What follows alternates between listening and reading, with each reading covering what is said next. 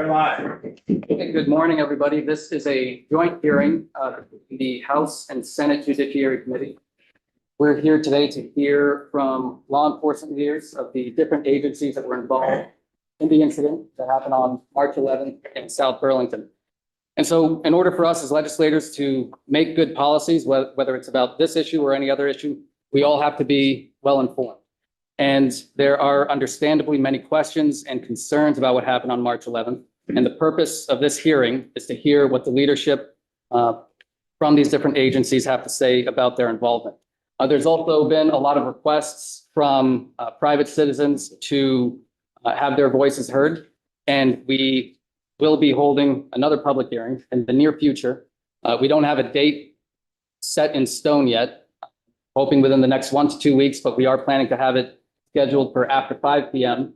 Make sure that the folks who work 9 to 5 jobs are also able to attend. But just keep checking our committee pages to make sure to find out when that date will be posted. And I'm sure the media will also be sharing it as well. And I'll also just mention, I know there are many strong and valid feelings and perspectives about the various topics we're going to be hearing about today. Despite that, I do ask folks to refrain from any cheering or heckling if you hear something that you agree with or disagree with, because in order for us to have a productive dialogue, we do have to make sure that we allow our witnesses to speak. So for the agenda, we're going to have a brief refresher from our legislative council regarding the fair and impartial policing policy, as well as the use of force policy. And then we will hear from Chief Bro of the South Burlington Police Department, Chief Burke of the Burlington Police Department. He'll be joining us on Zoom. We'll hear from Commissioner Morrison and then Colonel Birmingham. Once all of the witnesses have concluded their presentations, we will have a question and answer session with the remaining time between legislators and the witnesses. So with all that being said, we have Michelle from Leg Council, and the floor is yours. Morning. So for the record, Michelle Childs, Office of Legislative Counsel and Counsel for the committee. And so as the chair mentioned, what I'm going to do this morning just is very briefly refresh your memory about the statutes that you have currently in place with regard to a fair and impartial policing policy, as well as use of force policy. And then I'll also just direct you to the policies that have been adopted as model policies on those issues by the Criminal Justice Training Council.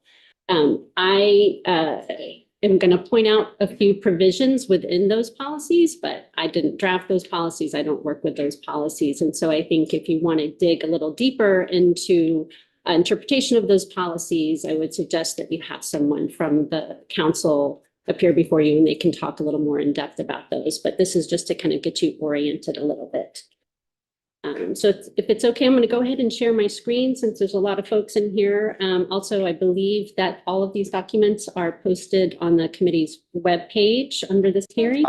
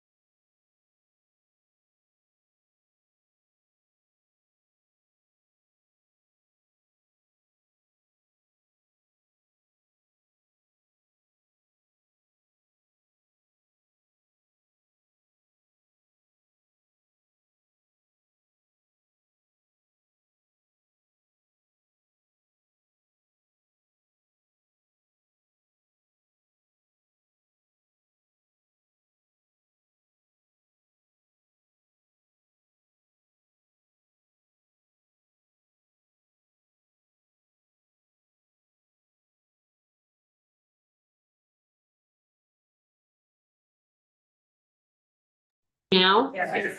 Okay. All right. Just let me know if you can't.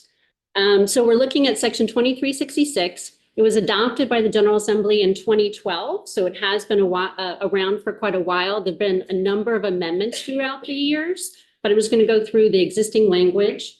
You'll see in subsection A, it requires every law enforcement agency in Vermont to adopt a fair and impartial policing policy that includes each component of the council's model fair and impartial policing policy. So you'll see the language there in the second sentence is that such agencies and constables may include additional restrictions on agency members' communication and involvement with federal immigration authorities or communications regarding citizenship or immigration status. However, the floor is the model policy, so it could be perhaps more restrictive, but it cannot be less restrictive. So you see in subdivision A2 is that on or before January 1st of every even numbered year, the council in consultation with the Attorney General's office, as well as the Human Rights Commission, is to review and if necessary, update the fair and impartial model policing policy. Subsection B is that the council, in consultation with the Attorney General's office, is to review the policies of all law enforcement agencies and constables. And when I say law enforcement agencies, let's just assume I'm also including constables who have law enforcement authority under the statute and the rules. So they have to review the policies of all law enforcement agencies, and to ensure that those policies are in compliance with the statute and with the model policy. Subsection C is that annually, as part of their annual training report to the council, every law enforcement agency has to report to the council whether the agency or officer has adopted the model policy or a version of that model policy and that is in compliance. And also the Criminal Justice Council has to determine as part of its annual certification and training requirements whether current officers have received training on fair and impartial policing. Subsection D is that annually on or before July 1st, the council is to report to the House and Senate Committees on Judiciary regarding whether which departments and officers have adopted a policy and have received training. So I think that's it for that one. I'm gonna now move and just show you the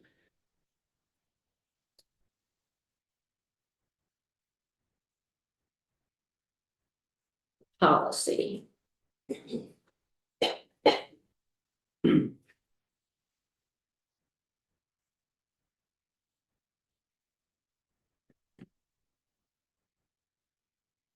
So here we have a copy of the Vermont Criminal Justice Council Fair and Impartial Policing Policy. I'm not going to go through all of it. Everybody should, again, have access to it through either the webpage or a hard copy.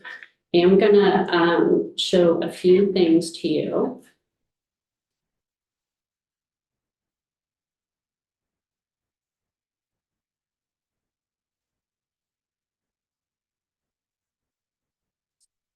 So if you take a look at Romanet 5, or it's not Romanet, it's Roman numeral 5. I think we're on page 9 if you're looking at your hard copies. You'll see there in subsection A, it says, so Vermont law enforcement agencies do not have authority to enforce federal civil immigration. And I just want to know, so civil enforcement would be something like someone overstaying their visa. You'll see in subsection B is that the law enforcement agencies have authority to enforce federal criminal law. It's not to be a priority for Vermont law enforcement officers.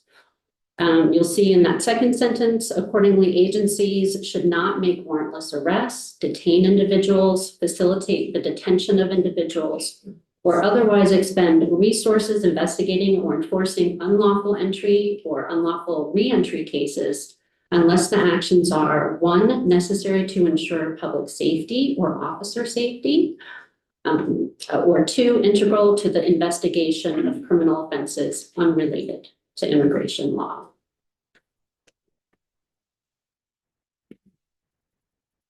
Roman numeral 6, I believe this is the bottom of page 9. You'll see that law enforcement agencies have no legal obligation to communicate with federal immigration authorities. There are provisions in federal law that prevent state and local authorities from restricting law enforcement from communicating with ICE with regard to immigration data.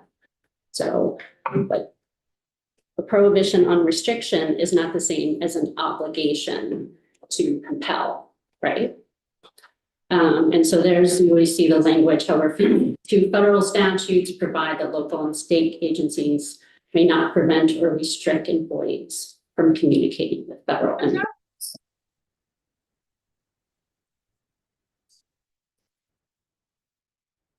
And then a couple other things I wanted to mention. So this next provision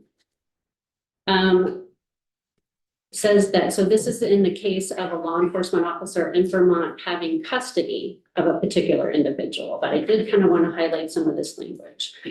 So unless federal immigration agents have a judicially issued criminal warrant or a legitimate law enforcement purpose exclusive of the enforcement of civil immigration laws, an agency who has an individual in their custody shall not grant or otherwise facilitate immigration authorities access to the individual. But you'll see in subdivision 1, there's a qualifier in there that says that, however, this section shall not be construed to require members to affirmatively interfere with a federal officer's lawful authority to interview, detain, or arrest, with or without a warrant, an individual. And then in D, there's some additional restrictions.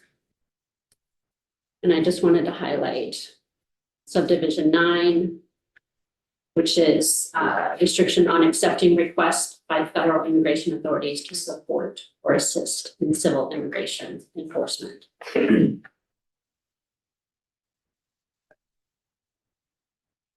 now I'm going to move on to the use of force provision in statute.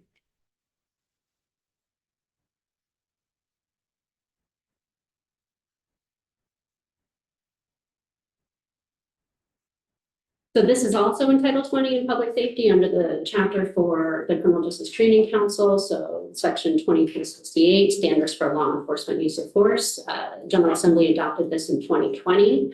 You'll see subsection A has various definitions. I just highlighted the definition of force, meaning the physical coercion employed by a law enforcement officer to compel a person's compliance with the officer's instructions.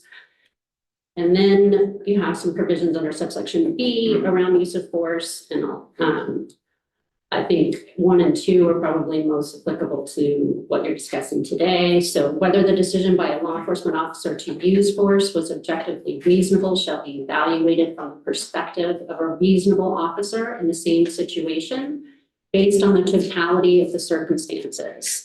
A law enforcement officer's failure to use feasible and reasonable alternatives to force shall be a consideration for whether its use was objectively reasonable.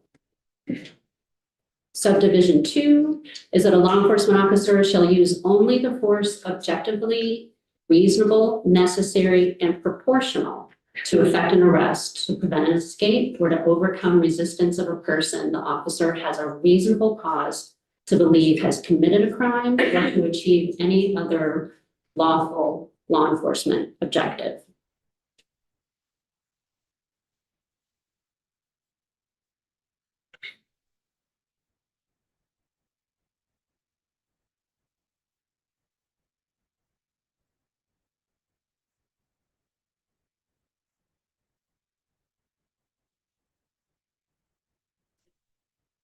So here we have the statewide use of force policy. I'm can take a look at that, but I wanted to go down to the end and just point out a couple things for you, which is at the end. Sorry if it's making people dizzy on my scrolling.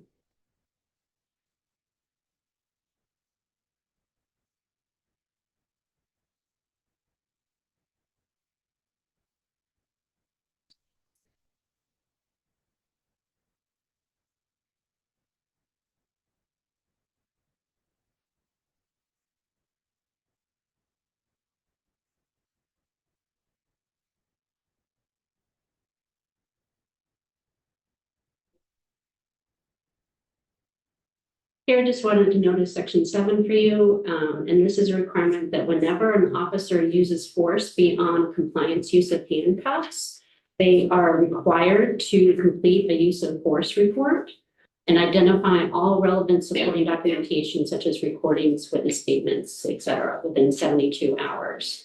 And then there's also a requirement that a supervisor is to review the use of force reports and all supporting documents.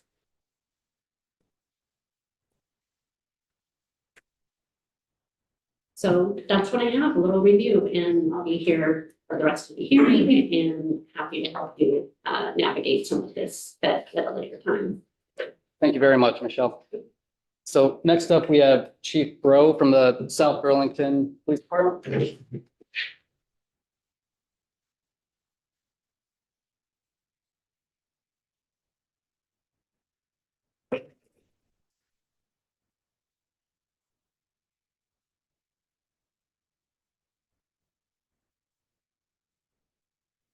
It's like we also have Commissioner Morrison and Colonel Birmingham, and we'll just go down the list on the agenda. And Chief Bro, if you could introduce yourself, and then the floor is all yours. Good morning. My name is Bill Bro, and I have the privilege of serving as the police chief of the city of South Burlington, a position that I have held since October of 2025.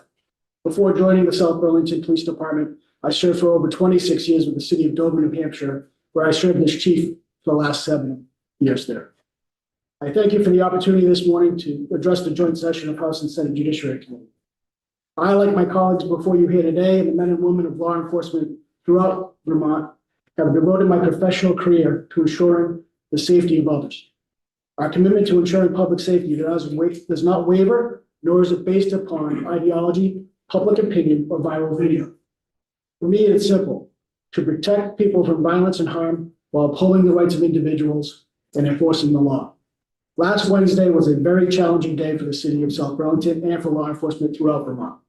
I would like to take a few moments to provide you an understanding of how the events unfolded and provide some insight into the decisions made at local law enforcement command level. Last Wednesday's incident began as a result of action taken by the Enforcement and Removal Operations, or ERO, Division of the U.S. Immigration and Customs Enforcement, or ICE. Neither the South Burlington Police Department nor any other state or local law enforcement agency had prior knowledge of this action. It wasn't until an automated 911 call was placed from an involved motor vehicle that we learned of a crash. That crash occurred on Dorset Street in South Burlington, directly across from the entrance to both the South Burlington High School and South Burlington Middle School. The facts that became clear over the next several hours were very unsettling. ICE ERO attempted an enforcement action that resulted in a vehicle chase by federal officers. During the chase, they attempted to use their vehicles to box in the subject they were pursuing.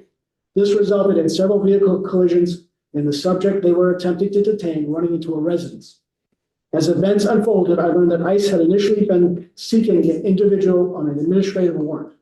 As a result of the morning events, they were now requesting a criminal warrant from the United States Attorney's Office for the individual, as well as a federal search warrant for the residence, which ICE agents had surrounded.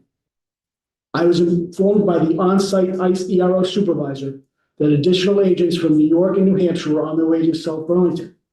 I was told that once the warrants were approved by the court, ICE would serve them using any means necessary. In that moment, and several times throughout the day, I had conversations with the ICE on-site supervisor, as well as his superiors in Boston. I expressed my concern that executing the warrant as planned was not in the best interest of public safety. I felt their plan did not take appropriate steps to mitigate danger to our community. I offered multiple other investigative avenues to accomplish their goal while reducing the danger to the public. Each of those conversations resulted in the same general response. ICE was going to execute the warrant as they had planned and at any means necessary. I should add, I was not alone in my concerns or my attempts to persuade ICE to seek other alternatives and not serve the warrant as they had planned. Both the acting supervisor of the local FBI office, as well as the assistant special agent in charge of HSI, also had conversations in my presence with the ICE ERO supervisor. And I should add that there's some confusion often with HSI or Homeland Security investigations in ICE. They both fall under the umbrella of Homeland Security, but they are distinctly separate agencies. HSI, Homeland Security Investigations, like local law enforcement, has no operational control or direction over ICE ERO. Given the impending enforcement action, as well as a large crowd gathering in the area of the residents, I was left with two choices. The first was to remove all local police from the incident.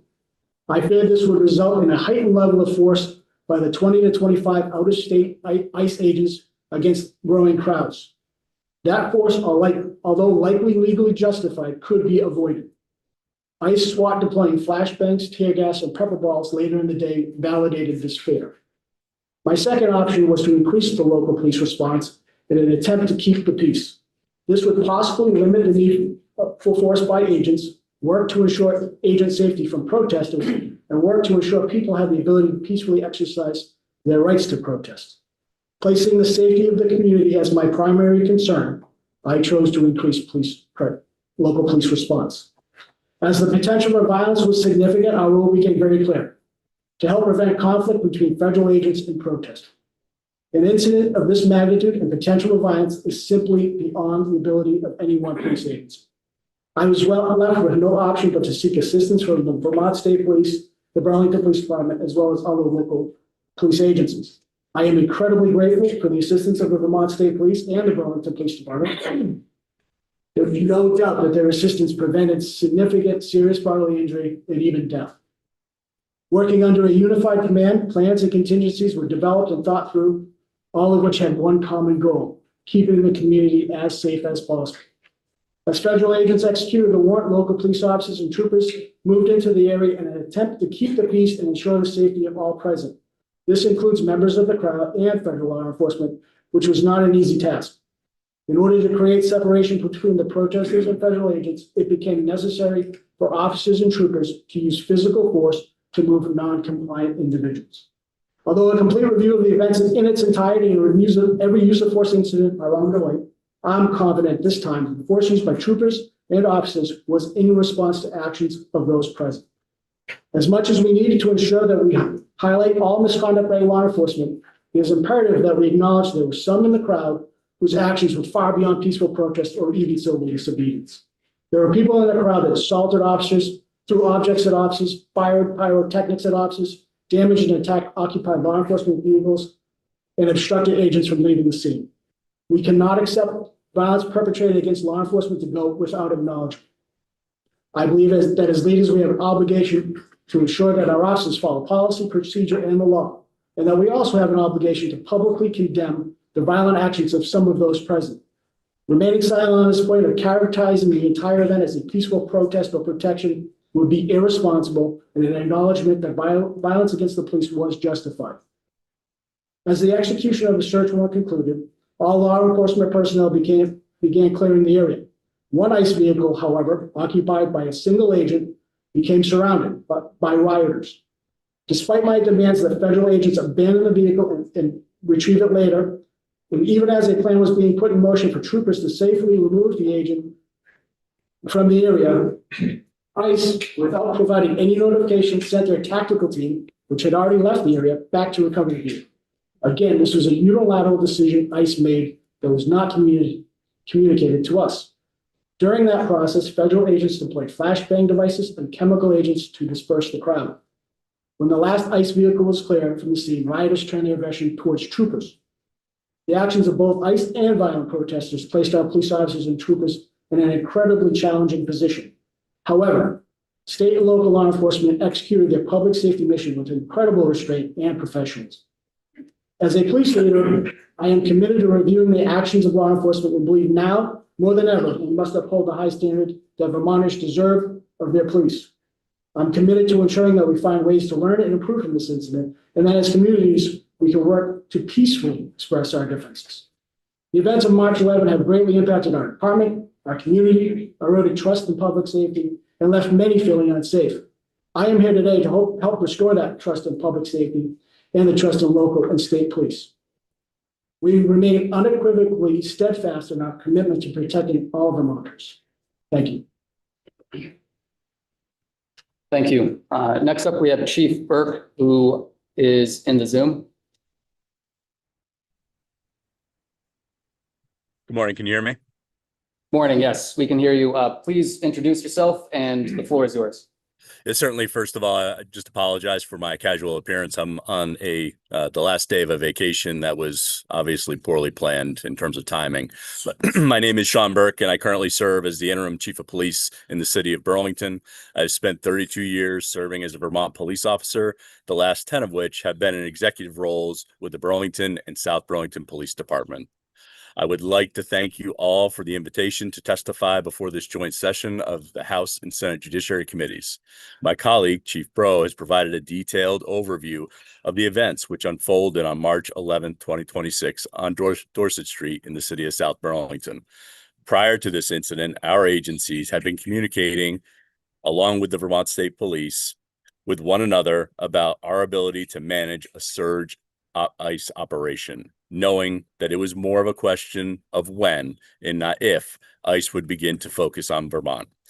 In Burlington, Mayor Emma Mulvaney Stanek was equally concerned. We have been hearing about fear running through our refugee and migrant community for months. Kids not attending schools, nonprofits and volunteers delivering groceries, missed medical appointments, and the list goes on. Regardless of their immigration status, these communities are scared. On March 11th, 2026, the Burlington Police Department became involved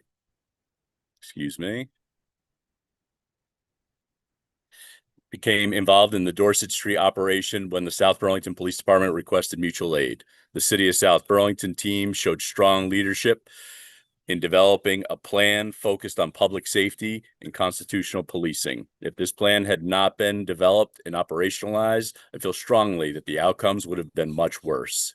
The events unfolded as described by Chief Bro, and I was in communication with the BPD deputy chief assigned to the incident command post. As the afternoon progressed, I was struck by two critical fail points, both avoidable but out of the control of Vermont law enforcement. First, the incident was predicated on a botched enforcement plan launched by ICE to apprehend a subject wanted on what started as a civil violation. The failed car stop, vehicle collisions, and attempts made to apprehend the subject in such close proximity of a school campus were reckless and not in the interest of public safety.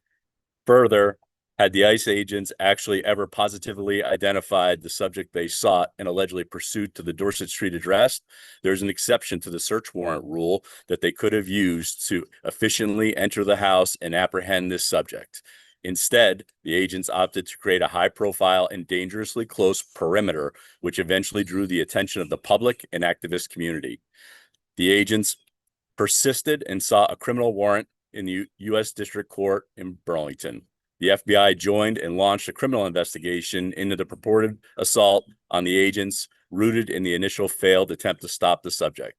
The ICE agents refused to stand down, to leverage other investigative means, or consider options that could have de-escalated the situation, as suggested by Chief Bro. Second, as the crowd grew on Dorset Street, the peaceful activists were joined by agitators, a Trojan horse of sorts, leading way to an escalation instigated by the crowd. The agitators ignored the announcement of a judicial warrant, ignored their responsibility to obey the law, and ignored the lawful orders of the police on scene.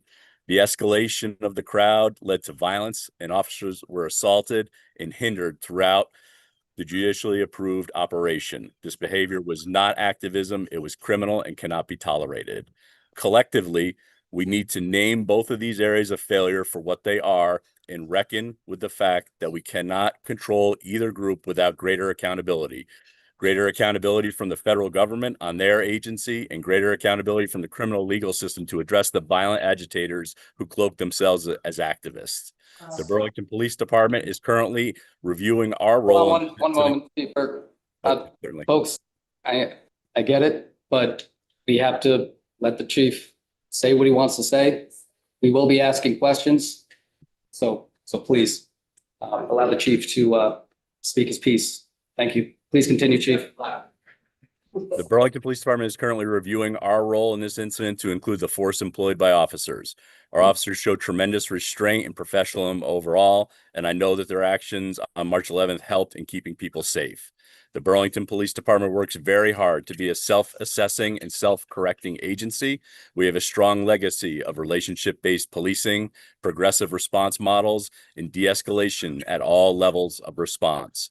Our review will take time, and then we'll go through additional levels of transparency as prescribed in department directive related to use of force complaints from the public. There are always lessons learned from a thorough review of an incident, issues related to policy, training, equipment, and employee performance. These steps are critically important to help restore the trust the public holds in Vermont law enforcement. This incident has eroded the public's confidence in their police. In closing, this is a moment for leaders to come together and demonstrate unity to Vermonters. This is not a time for polarization. Vermonters deserve strong leadership at every level. Collaborative leadership can help heal the harm caused by this incident, identify opportunities for growth as we work toward ensuring public safety for all. Thank you. We have Commissioner Morrison. Thank you, Chair Hashim.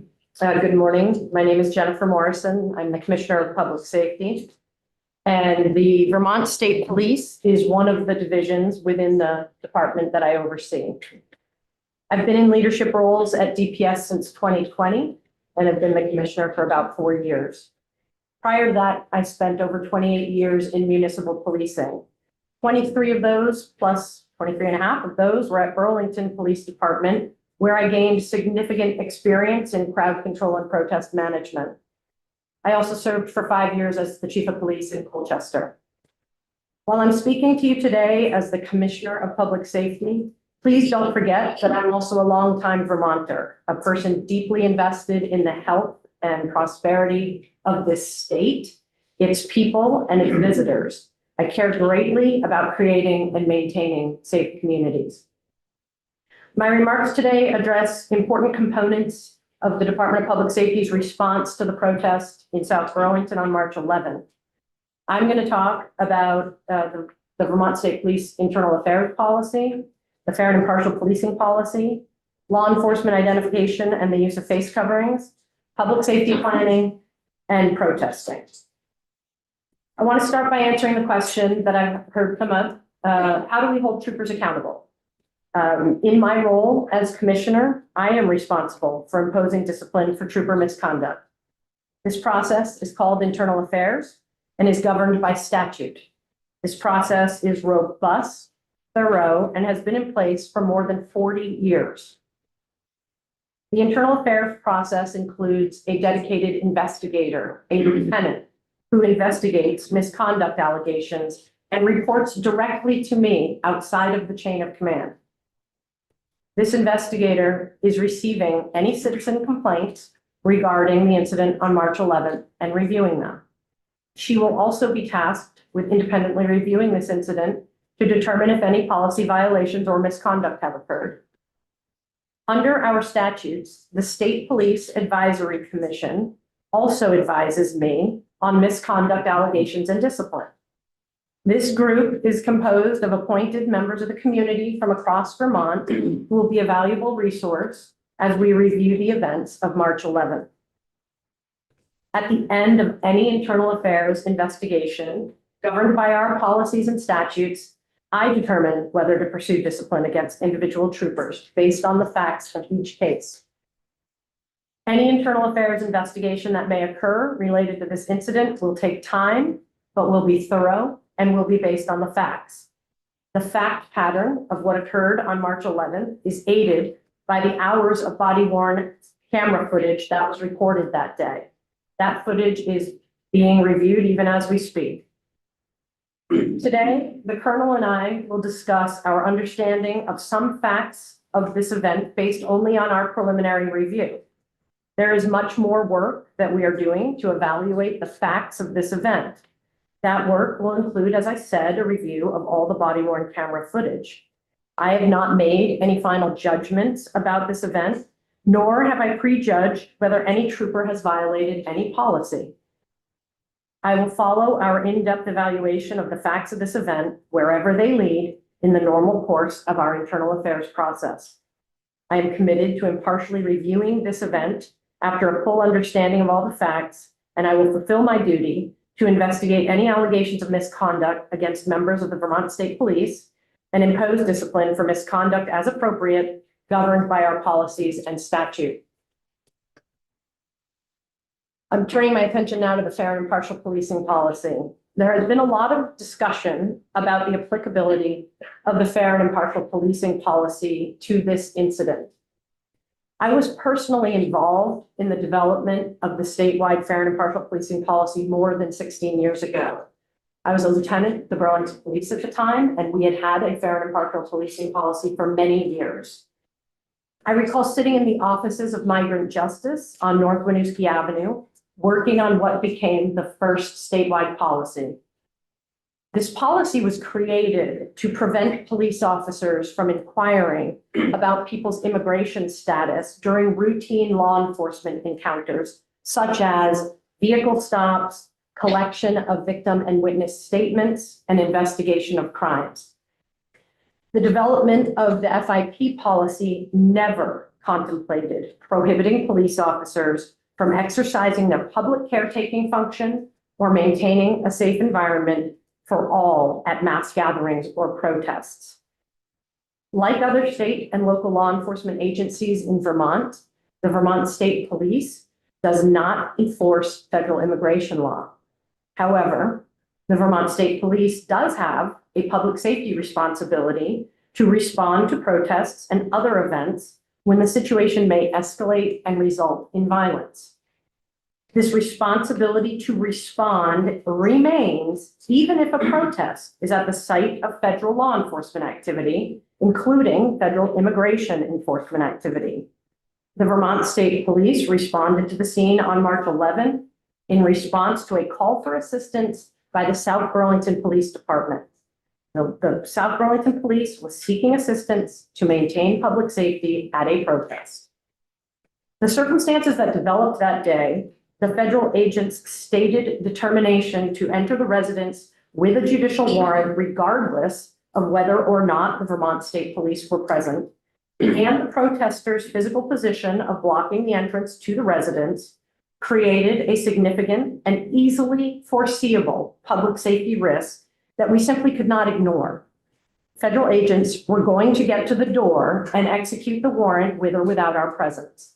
We chose to ensure separation between protesters and federal agents to protect everyone's safety.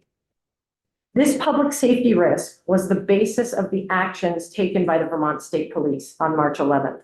The Vermont State Police were not there to facilitate or assist with the enforcement of any immigration activities. Colonel Birmingham will provide more details in his remarks on the nature of the response by the Vermont State Police on March 11th. I'm going to now turn my remarks to the use of masks and personal protective equipment. The Department of Public Safety recognizes the critical issue of identification of law enforcement. The use of respirators and other face coverings are an important part of this topic. The Vermont State Police Critical Action Team members responded to the scene on March 11th with respirators and other face coverings. The equipment they were wearing on March 11th was standard equipment that the Critical Action Team would wear to any event where there is a potential risk of being in close proximity to protesters, being spit on by protesters, and being exposed to tear gas or other chemical agents. The purpose of their face coverings was to protect them from biological and chemical exposure. A preliminary review indicates that Critical Action Team members were in fact spit on and exposed to tear gas or other chemical agents on March 11th. The purpose of their face coverings was not to conceal any trooper's identity. As an employer, we have to try to balance our obligation to protect officers from legitimate work hazards and the importance of ensuring that officers are publicly identifiable. We are working with both of your committees in the House and the Senate right now on a bill that does just this. And we will continue working with you on that legislation, S208. Regarding identification, the Colonel will address the need for us to better distinguish between federal officers and state and local officers in the design and coloring of our uniform and patches. I'm going to take a minute to talk about our pre-planning before this event. In January of this year, we began working with our local law enforcement partners in anticipation of protest events proliferating. Our initial coordination was with Chittenden County police agencies as they had seen the most protest activity. As part of this preparation, we established a common operating picture that balanced the right to protest and protection of First Amendment rights with public safety. Based on events in other parts of the country, we recognized a need to keep protesters apart from federal agents whenever feasible. All of our planning focused on protecting the public while balancing competing interests to minimize the likelihood of serious injury or death to anyone. On January 30th, we also convened a meeting with federal law enforcement partners based here in Vermont and some from out of state, specifically to address our public safety concerns regarding their potential enforcement activities. The Colonel, Lieutenant Colonel, and I met with representatives from Border Patrol, Homeland Security Investigations, and ICE, Immigration and Customs Enforcement, including 2 reps from the Emergency Removal Operations Division of ICE. We discussed the events in Minneapolis and emphasized that we and the governor do not want to see any type of event in Vermont that, like those that took place in other parts of the country. We ensured that everyone had contact information for the other, and we left that meeting believing that we would have clear communication channels going forward. We took these steps to attempt to plan for an event like March 11th, specifically to minimize the public safety risk associated with federal enforcement activities. I'm going to speak now about protest behavior. I'd like to take a moment to commend the many protesters who turned out to peacefully exercise their First Amendment right to express displeasure with their government. The first several hours of last week's incident were a classic example of protesting in a Vermonty way. Nonviolent, vocal but not threatening, passionate but not law-breaking. I have been involved in many similar protests, and inevitably, they end up with the police and the protesters talking to each other, cooperating to keep everyone safe, and an eventual dispersal after the protest is over. As the day went on last Wednesday, the behavior of some protesters became more aggressive and some crossed the line into law-breaking. This could be seen in the attire being worn, the shift from singing and chanting to shouting, obstructing vehicular traffic and damaging vehicles, and objects being thrown at law enforcement personnel. I've been involved in a couple of protests like this, and it's a miserable place to be. Becoming the target of rage of protesters who are presumably fellow Vermonters for doing your job is really difficult. I mention this because it is not a fulsome discussion if we only focus on the actions of law enforcement. The behavior of protesters, particularly the small cross-section that could be labeled as rioters or agitators, should not be left out of the discussion as we examine the events of March 11th. Protests will persist. That has always been part of Vermont's history. It would be helpful if the leadership of future protests help us set an expectation of safety for all. While I reserve judgment on any allegations that will be reviewed by the internal affairs process, I do recognize and want to publicly call out that our troopers and local police handled an incredibly difficult assignment with restraint and professionalism. I want to conclude by mentioning that our job, mine and the Colonel's, would be really quite easy if there was one policy interest to consider in a situation like this. But there are multiple interests that the Colonel and I have to balance. The safety of the public and protection of First Amendment rights, the safety of our troopers and local police partners, as well as federal agents on the scene, the risk of violence from protesters, the risk of aggressive tactics by federal officers, and the obligation to uphold the rule of law. It is nearly impossible to balance these competing policy interests to the satisfaction of all. I want to assure you that we are doing our level best to strike the balance and achieve the safest possible outcomes during chaotic and rapidly evolving situations. The Colonel and I have more than 60 years of combined experience in this field, and the four of us that you will hear from today have more than 122 years of combined experience. And we take our responsibilities seriously. We made the best decisions we could, given the information we had available at the time. Looking back at last week, I believe that we achieved our objective to ensure the safest possible outcome for all involved. It certainly was not perfect, but at a high level, we avoided any known serious injuries or deaths, and violent encounters between protesters and federal agents were minimized as much as possible. We know that there will be lessons learned from this event, and we look forward to sharing those lessons with you once a thorough after-action assessment is completed.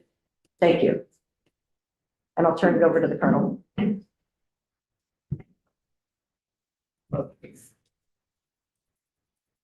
Morning, and thank you for the opportunity to address this joint session of the House and Senate Judiciary Committees. My name is Matthew Birmingham, and I serve as the Director of the Vermont State Police. I've been a trooper for 28 years and the Director for over 10. The Vermont State Police have a long and proud history of service to this state, and we take that responsibility seriously. The events of last week do not change who we are or the values that guide our work. Our troopers are Vermonters. We are sons and daughters, fathers and mothers, sisters and brothers. We are neighbors and friends. We live in these communities, our children attend local schools, and we volunteer, teach, and coach alongside the people we serve. Like all of you, we have a deep and personal stake in the safety, trust, and well-being of our communities. For that reason, the events of last week affected us deeply. Our members care about what happened, and we share the concerns expressed by many Vermonters. Last Wednesday was a very challenging day for law enforcement in Vermont, one we neither sought nor had the ability to avoid. Our responsibilities at that moment were clear but difficult to balance: ensuring public safety, protecting the rights of protesters, and enforcing the law.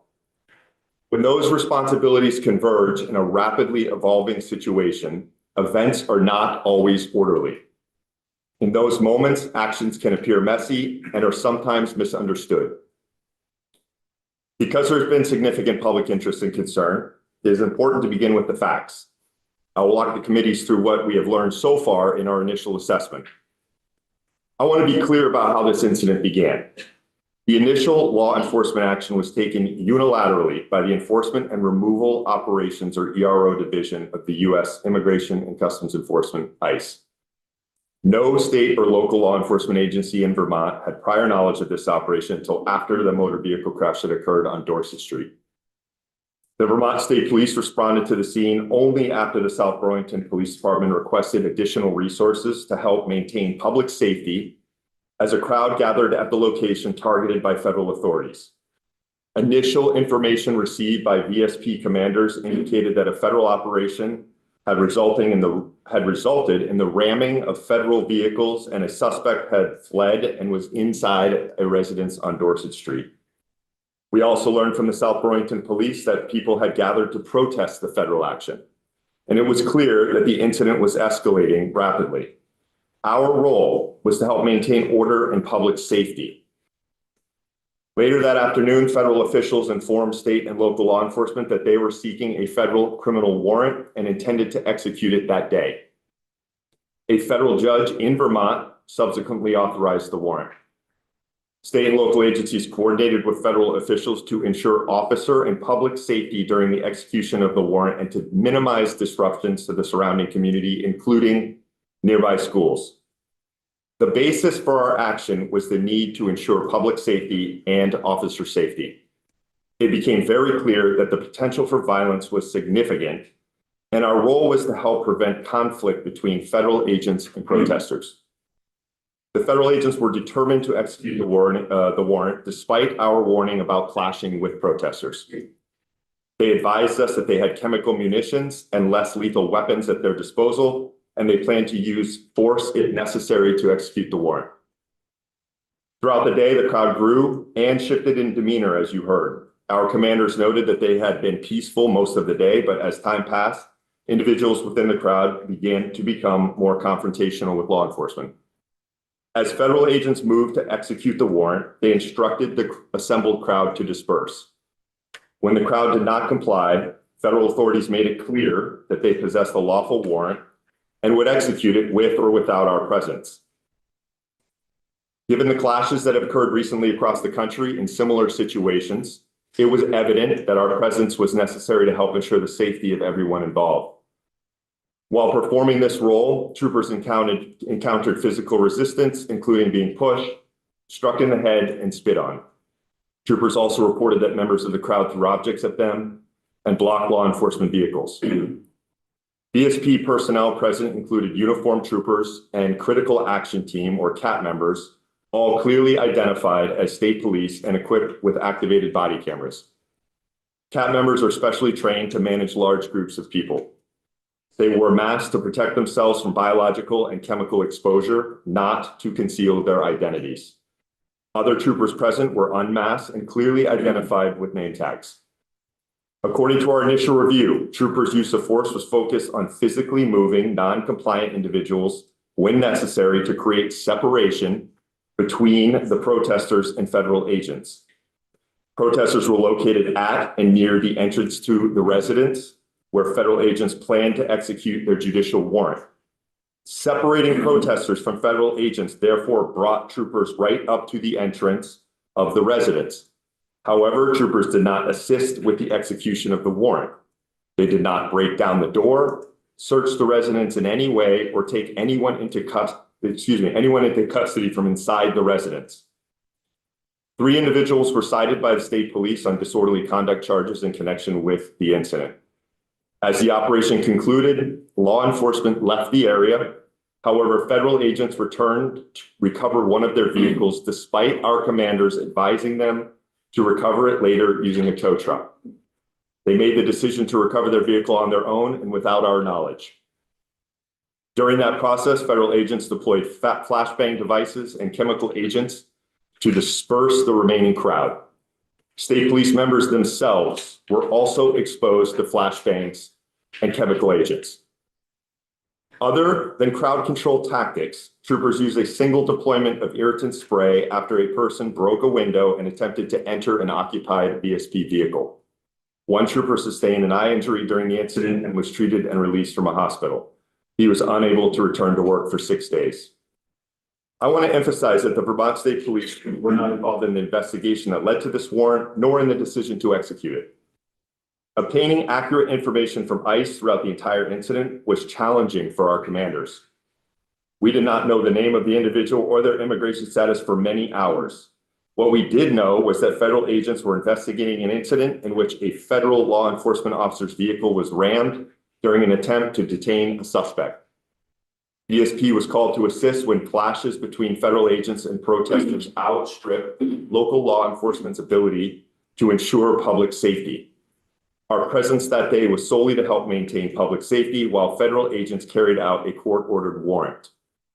Federal agents made it clear to us that they were going to execute that warrant with or without our participation. That placed our troopers in an incredibly challenging position, standing between federal authorities carrying out their lawful duties and protesters who strongly opposed their presence. Our goal throughout the day was to reduce the risk of injury to everyone present. People in Vermont hold deeply felt views about federal immigration enforcement, and they have every right to express those views peacefully. But disagreement with government action cannot extend to violence or interference with lawful enforcement activity. No matter how strongly someone feels, assaulting or impeding law enforcement officers who are performing their duties is unacceptable. Incidents like this have historically been rare for our department and in the state. Unfortunately, that reality appears to be changing. Over the past several months, based on events around the country, we have been preparing for situations like the one we experienced last week. That preparation has included meeting with federal partners, as the commissioner mentioned, to express our expectation that we be informed in advance so that we can protect the safety of everyone involved and better manage these situations. In this instance, that level of communication did not occur, and we were left to respond to an unfolding situation as best we could. We recognize that we are not perfect. In complex and rapidly evolving situations, there will always be opportunities to improve. What matters is that we learn from these events, review our actions carefully, and adjust where necessary. While our comprehensive review of this incident is not yet complete, we can say that some things worked and some things need improvement. We believe that our unified command structure with local law enforcement allowed us to manage this as safely as we could with the least number of injuries. An immediate area of improvement includes visually differentiating state and local law enforcement from federal agents, a process that is already underway. We are conducting a comprehensive assessment of tactics and resource deployments as part of this review. The final report will take time to complete, as there is a great deal of information to analyze. We remain committed to reviewing our response, communicating clearly to the public, and doing everything we can to better manage situations like this in the future, while maintaining the transparency, professionalism, and public trust the people of Vermont expect and deserve. Thank you. Thank you. So we're now going to go into the question and answer phase of all of this. And I know we have well over a dozen legislators at this table. I have a feeling that a number of folks have a number of questions. So the plan, in order to just make sure that everybody here has a fair chance to ask their questions, the hope is to have legislators ask maybe 2 or 3 questions. We'll cycle through and make sure that everybody has a chance to speak and gain clarification here from our witnesses. So I'll start real quick here. I've got a list of questions, but I'll just start with a short one that I believe is a yes or no question. So I know you folks are still going through your after action process, gathering information, but it has been about over a week now. And based on the information you've gathered so far, have any of your departments initiated any investigations into any policy violations by any of the officers in any of your respective departments? Speaking for the South Burlington Police Department, no, we have not. Is Chief Burke still on? Yeah. Chief Burke? The Burlington Police Department has use of force policy violation. Just, is that one violation? Multiple reports received from the public that appear to be related to one force application. But again, we are in the infancy of taking this all apart. Yes, please. I have not authorized any internal affairs investigations for use of force related to this incident at this time. Are there any? You could use the mic. I have not authorized any internal affairs investigations as a result of use of force complaints related to this protest at this time. Any other complaints for other policy violations? There are no active internal affairs investigations. As I said in my remarks, we have an Office of Internal Affairs who is gathering citizen complaints, which is generally either a way that internal affairs reports begin. To date, the vast majority of the calls received have been anonymous with no ability to circle back to the complainant in order to gather a fulsome statement. So we have a robust internal affairs process, and I would strongly encourage anyone who believes that they witnessed trooper misconduct to make a complaint via our website or by calling our Office of Internal Affairs and providing their information so that we can follow through on the complaint. Senator, if I one point of clarification, the Burlington Police has not initiated an internal investigation.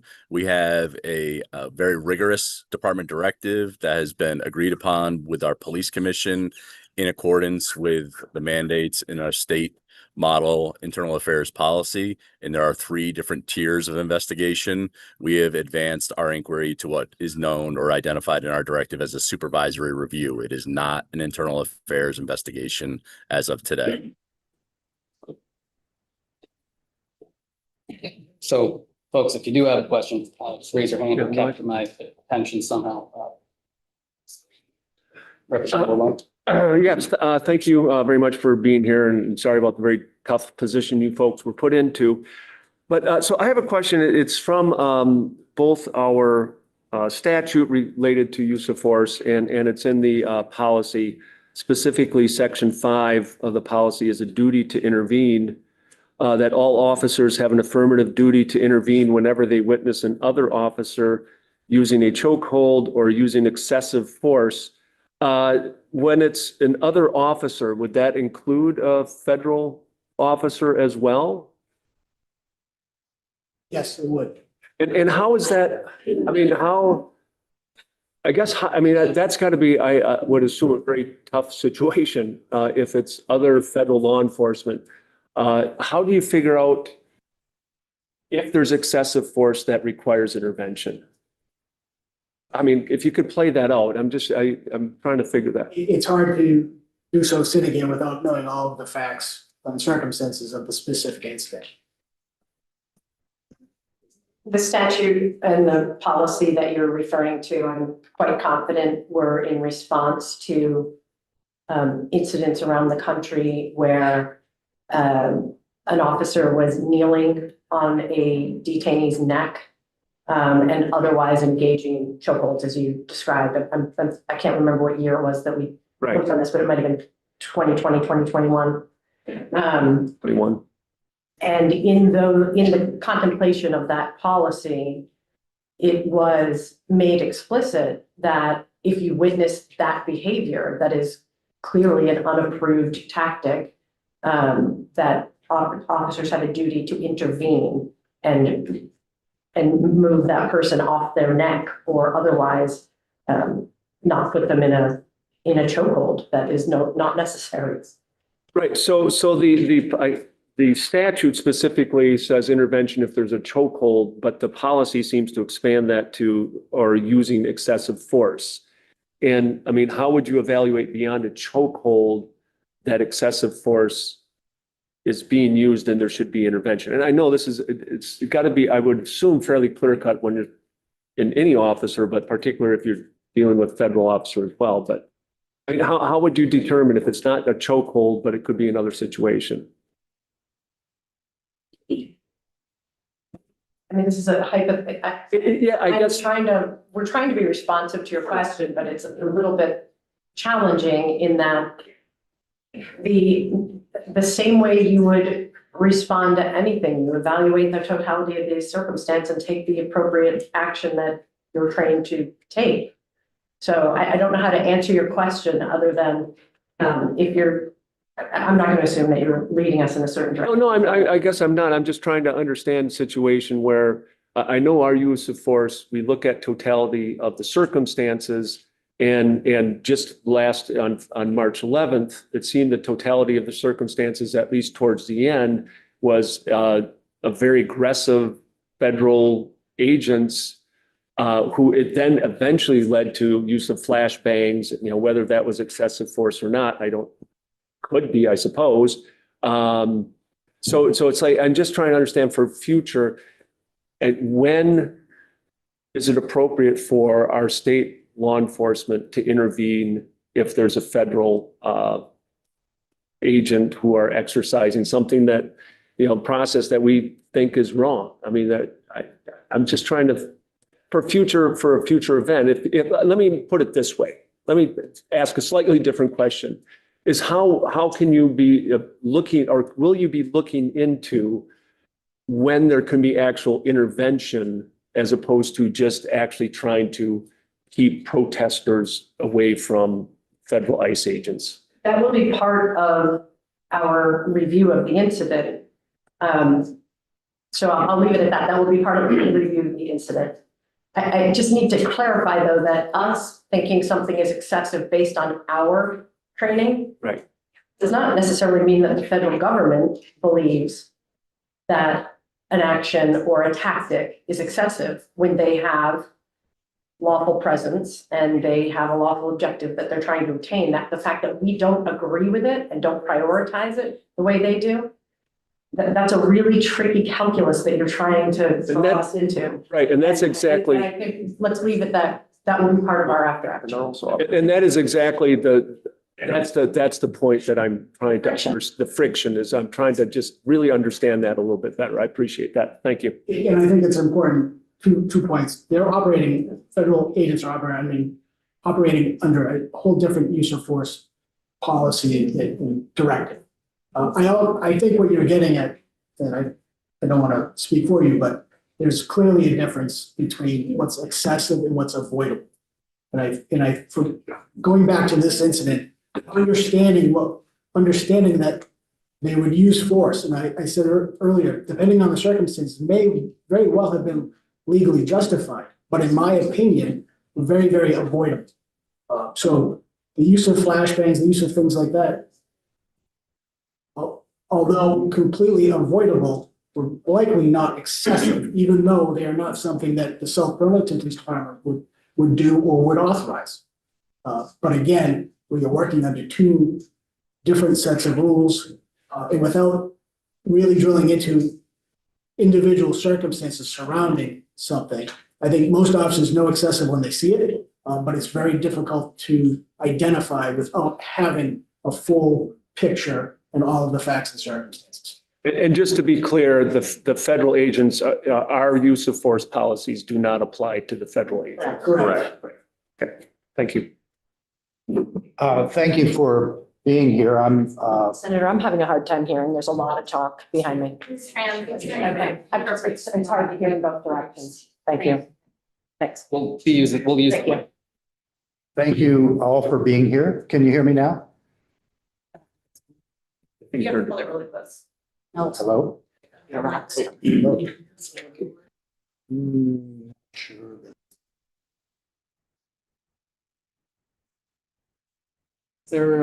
Emery, is there another mic we might be able to find that?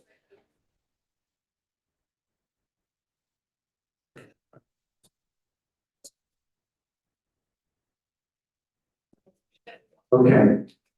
First of all, thank all of you for being here. I appreciate it.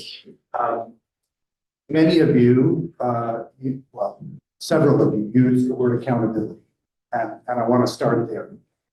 So we are 8 days out from the incident. I know you've been working hard on an after action report. As has been said a number of times, that's going to take a while to complete. But I would note that you have been specific so far in your critique of the protesters. You've separated out some as agitators. You've given a timeline for when their behavior changed in your point of view. You've also been, in my mind, very transparently talking about the failures of ICE to communicate or compromise in the way they handled the operation.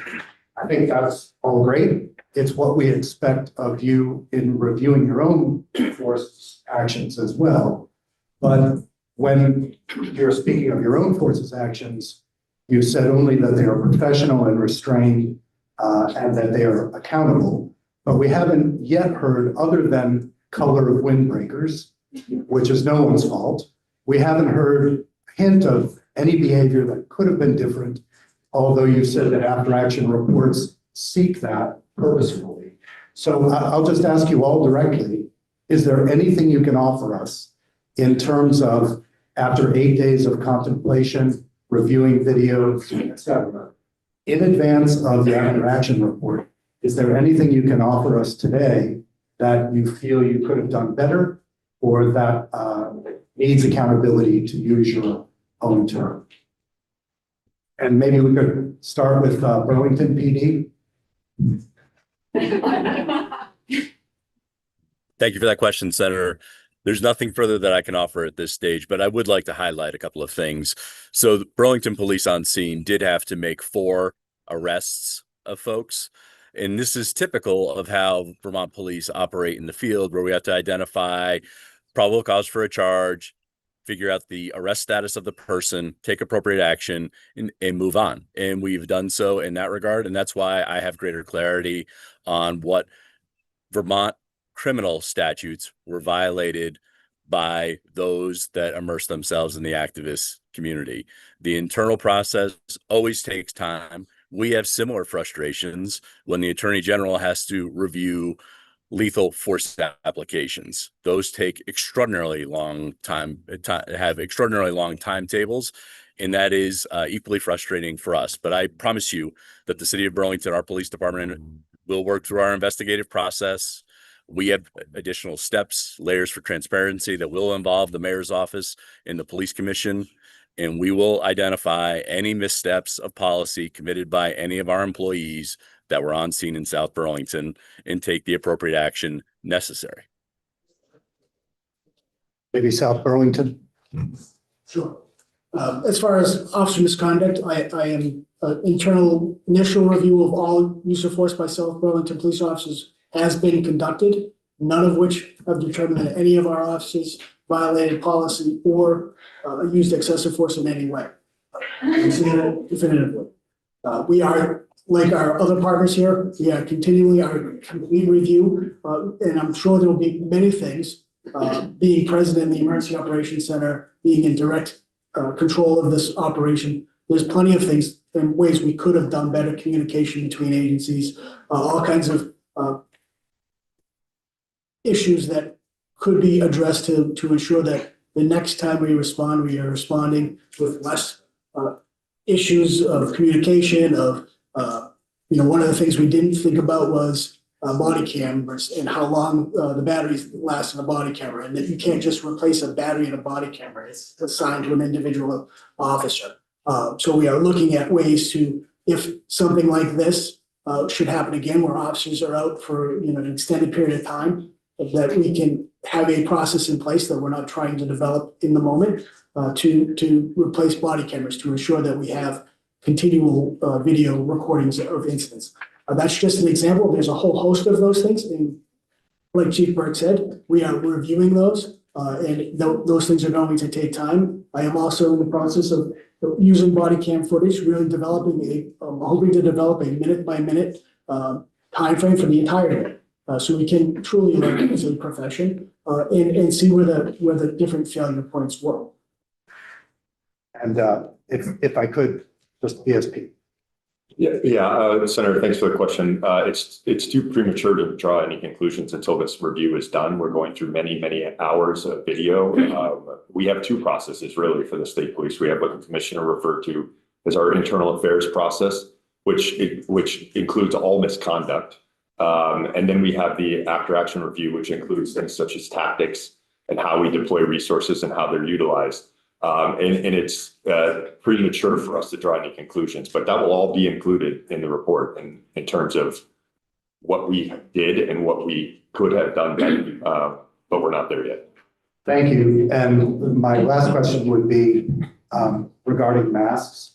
In the morning after briefing, we did talk briefly about masks. I understand the need for a carve out for a biological necessity. My question would be, did the CAT officers who are wearing masks, were they prominently identified otherwise? All of the CAT team members had state police uniforms on. But were they identified? By name? By name. No, they were not. Okay. That is important because it's piece of 208 as it goes forward. I know you're working with us on that. But I'll just repeat something that I said to Commissioner Morrison the day after. To the extent that state police, whether they're wearing identifying windbreakers that more clearly differentiate them, to the extent that they wear masks, I believe the general public will associate them with ICE at this point. The mask is itself an irritant, a flashpoint, and I think it should only be deployed in the event of true biological emergency. And I'm not saying that spitting cannot be such a case. I would just ask that you think 3 times before masking rather than simply twice. Thank you. Senator Lowski. I am concerned that the CAT team had no identification. It's difficult for the public to believe that balaclavas are not a disguise if you also don't have your name on your uniform, and that is not a question, it's just a statement. I do have some questions. One of them is that if Vermonters can expect that if they are assaulted by federal law enforcement or other law enforcement, that something will happen, because I was there, I don't know if any of you were, and I witnessed several Vermonters assaulted by law enforcement, most of which was federal law enforcement, but I did not witness a response from our state and local law enforcement just to intervene. There were a couple of instances I did witness someone who stopped a car from running over a downed protester, and that was certainly intervention. But I would expect my state and local law enforcement would arrest people if they're assaulting Vermonters. So I guess my question is can Vermonters expect that that will happen in future instances?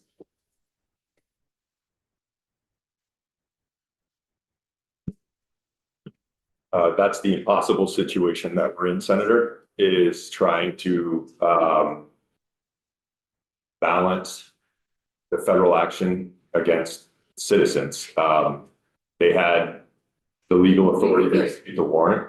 They operate under a different use of force standard, and they don't answer to, they have their own internal processes for review. They have their own internal complaint processes.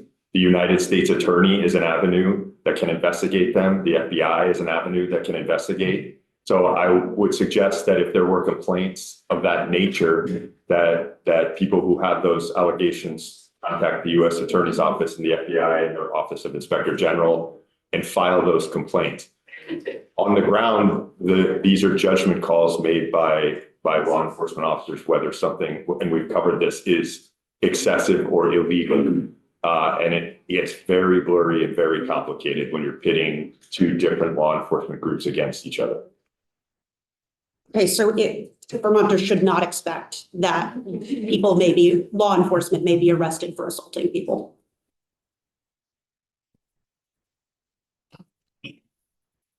At this time, that's what you should expect. Okay. Please. I'm wondering at what time the teams learned that the individual named in the warrant was not in the home. We learned that after Huntington brought out 3 individuals and loaded them in vehicles, it was in the process of trying to leave the area. And in your view, was it facilitating an unlawful arrest to aid them in taking 3 people out of the home that were not named in the warrant and helping them detain them? In my view, no, it was not. We had, the agents went inside, the agents developed their reasons for detaining people. Like any police officer developed whatever probable cause they developed to do so. And they were their detainees. They were not our detainees, they were their detainees. And it was assumed that they had every legal justification to detain. But if they were not named in the warrant, they would have been civil detentions, and our fair and impartial policing policy quite clearly says that our state and local police should not help facilitate civil detentions. It also says that we don't have to do anything to stop them from making civil detentions. But you helped them make those civil detentions by helping them clear the path. Like that's what I'm trying to understand is the role in facilitating what you now know to be civil detention. Senator, if I may, this is a bit of a criminal law question. And so the entry into the home and the subsequent search was predicated on a criminal warrant issued by the federal court. And it's akin to when we go into a residence with a search warrant for a stolen gun, but yet there's a pound of cocaine on the table. We take the actions needed.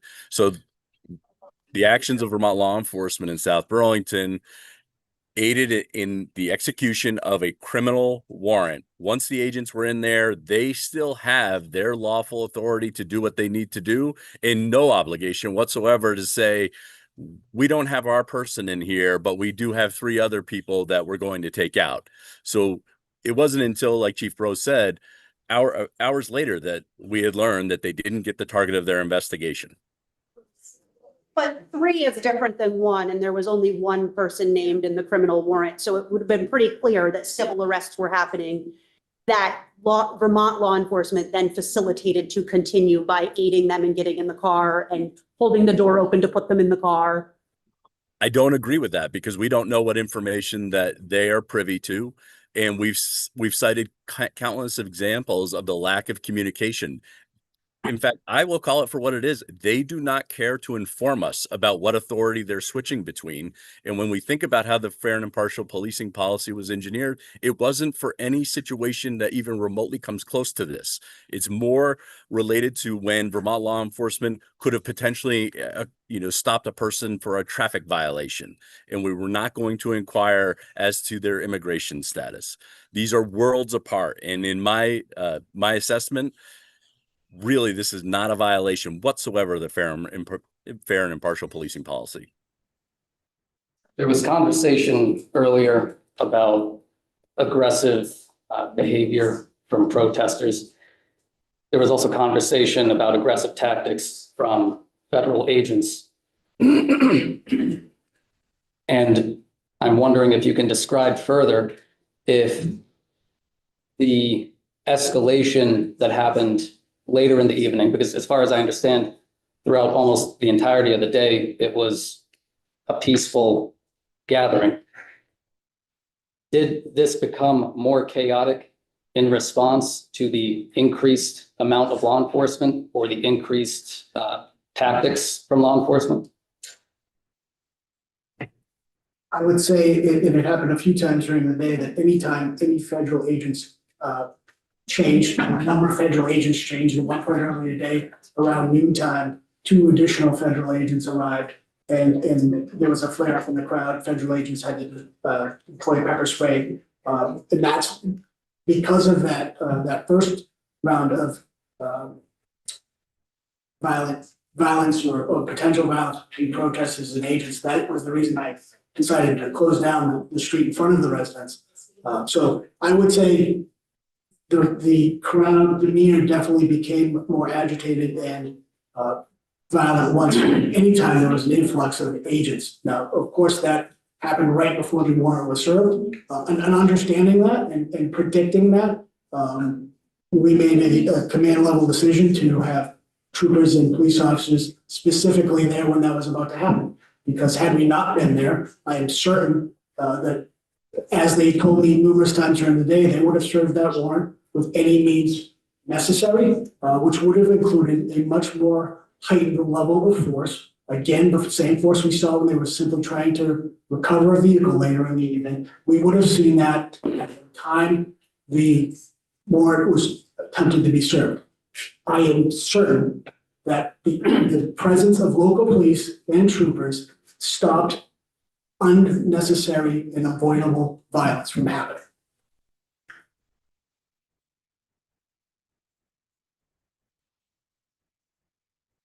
Representative Bill, and then Senator Norris. Yes. Oh, hear me? Oh. There we go. Perfect. Thank you all for being here today. I think this debrief is really important for us as a state to reflect on what happened and how can we learn from this, understanding that this is our new landscape where it's likely to happen again. So with that being said, I've appreciated hearing the opportunities that you are taking to kind of look back and reflect what can change, what can we do better. I know that we're doing that here in the legislature with bills that are being considered. I'm curious what opportunities exist, if any, for you to debrief with federal agents. Because I feel like that's a big part of this that we're hearing. And are there any opportunities that exist, or is that, nope, we're out of luck on that? So I'd be really curious about that. Thank you for the question. We do intend to reach back out to the group that we met with on January 30th, which is mostly Vermont-based federal agents. They live here, their children go to school here, they do their job here. There were some from the Boston regional office that were in that meeting. So we are hopeful that at our invitation, they will come back to the table to do exactly what you just suggested, some of a debrief, identify the opportunities for things to go better in the future. We're hopeful that that will happen. I'm confident that our Vermont-based partners will come to the table. And I'm hopeful that the regional bosses will join us, because that's where I think we can get some inroads made on not having these things fall out of the sky with no forewarning. I do think it is worth pointing out that the federal agents who are based in Vermont did not know this action was happening. They came from out of the state and began an operation, and it was news to federal agents who live and work here. So we are going to take that opportunity to try and debrief with them. North. I'd like to thank you all for being here. I want to change the question just a little bit here. I'm wondering is, if in fact, trying to look through the lens of the local and state picture, has the Vermont State Police not responded to an assist or request for assistance from the South Burlington Police? And I can't ever imagine the Vermont State Police not responding to an assist from another local agency. What I'm wondering is, the Vermont State Police and the CAP members weren't there and so on and so forth. During the course of the federal agents executing their warrant, in your opinion, and if you do the colonel, actually doesn't matter, in your opinion, what would have or could have this scheme look like?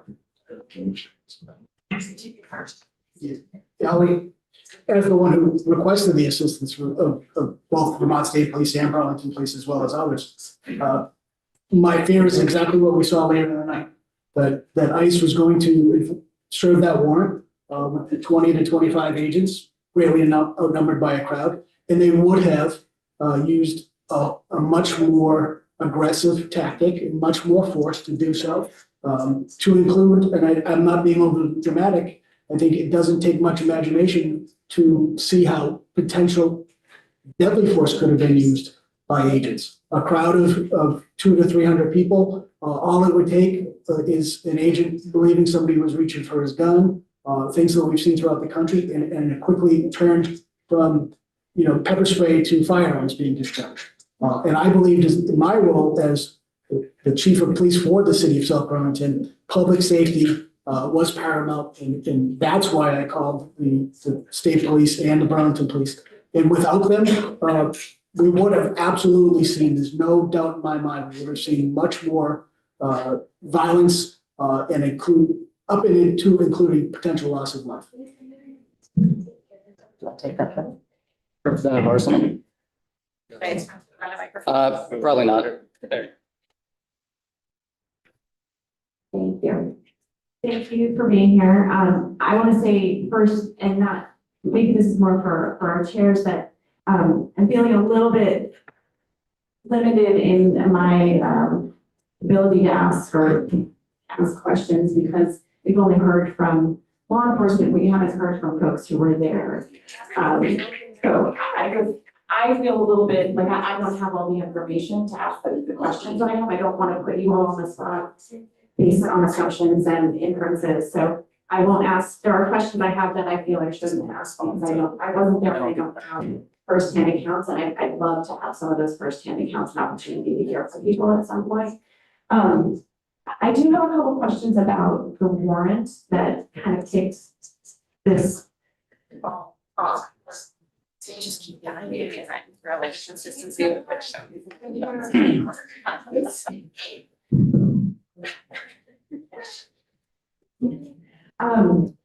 So understanding that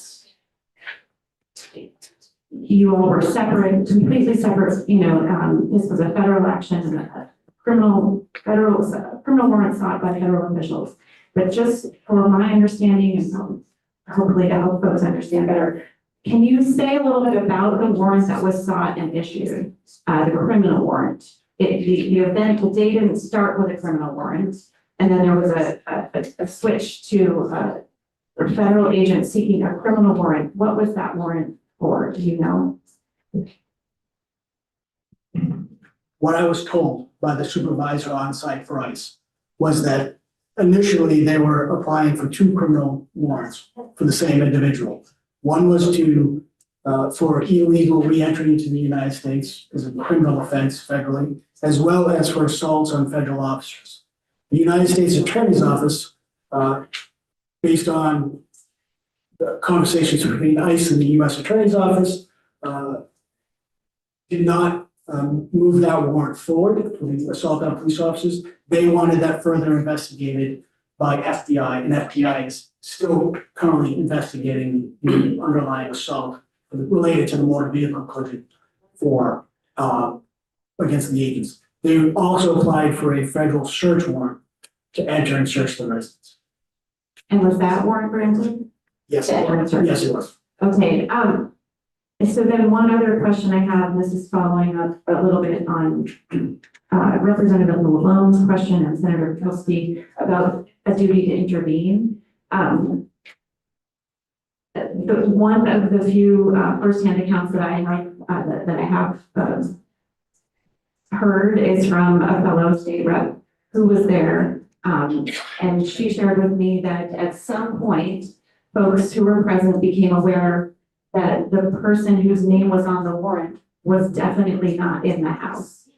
And when she became aware of that after seeing the warrant, somehow a photo of the warrant was circulating,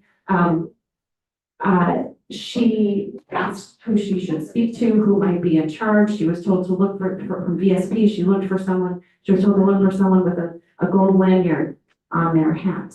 And she found someone and said, I'm aware that the person that is named on this warrant is not in the house. I think there's some confusion. And his response was, the feds are not confused. What is the duty there, or does there exist a duty? I understand everything you're saying about the federal agents not being particularly responsive to your input. And that's, of course, a separate problem that we need to address in any way we can as a country. But what is the duty to intervene when you are aware they are maybe working with incorrect information?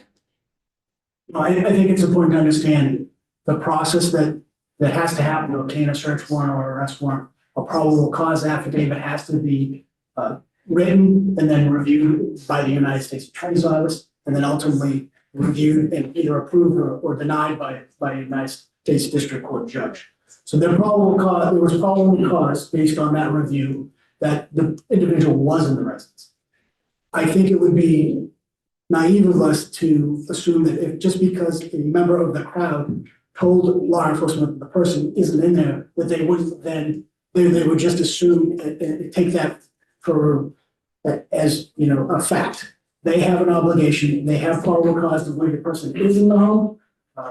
They have an obligation to serve that warrant to confirm that or dispel that. And we as local law enforcement, we want to ensure that any member of law enforcement, whether it's federal or state or local, that we are all working on all of the information, have correct information. But it doesn't, just because somebody in the crowd said, I believe the person's not in there, or I know the person's not in there, unless that person that they wanted produces themselves somewhere else, I think it's impossible. I don't see the result changing. They're still going to enter the home to search and confirm for themselves.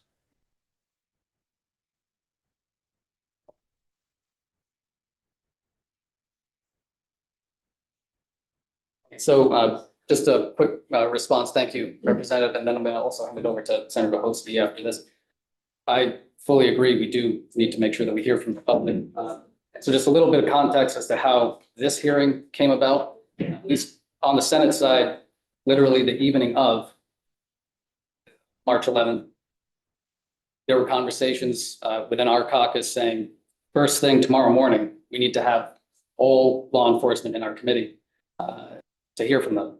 And so, there was a lot of logistical moving around to try to figure out, how can we get them in? How soon can we get this hearing scheduled? And then also, what amount of information will they realistically have for us the morning after, compared to a week and a day after.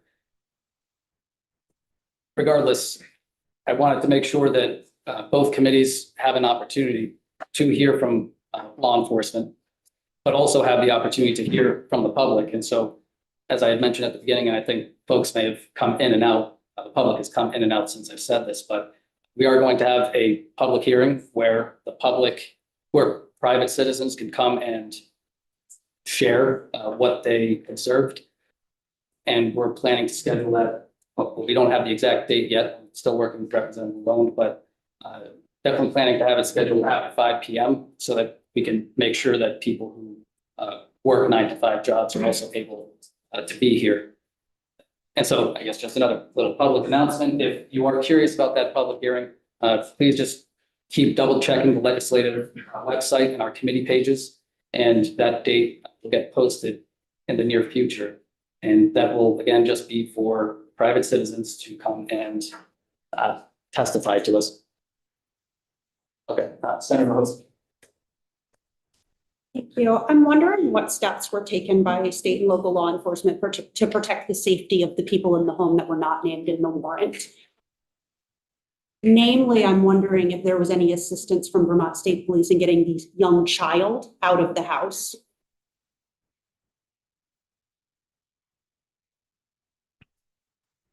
When, specific to the young child that was in the house, when a member of the public approached South Burlington Police Sergeant and explained that they had joint custody of the child. At the same time, members of the South Burlington School District arrived, and there was that South Burlington School District employees had contact with people inside the residence and were able to take custody of the child. We did not take custody of the child. That all happened literally at the same time, and the child was safely removed from the house by members of the school district. Okay. So you didn't provide help in maintaining the safe transfer of that child or the other people in the home that were not named as a Yeah, that was hours before the warrant was served. The child was removed, and it was done safely. There was no issues at the time. Of course, we would have intervened if had there been any acts of violence at any point. But specific to that child, I'm not really sure what your question is. We didn't take custody of the child, and it was done, in my opinion, in a safe manner. I'm wondering how the process that you described, Commissioner Morrison, of internal investigation intersects with the Criminal Justice Council's complaint and review process, because it sounds like they're kind of two separate processes. So can you just help me understand that? Yes, ma'am. They are two separate processes. Our process, as I mentioned, has been in place for over 40 years. It is statutorily guided. It is also supported by, as I mentioned, SPAC, the State Police Advisory Commission.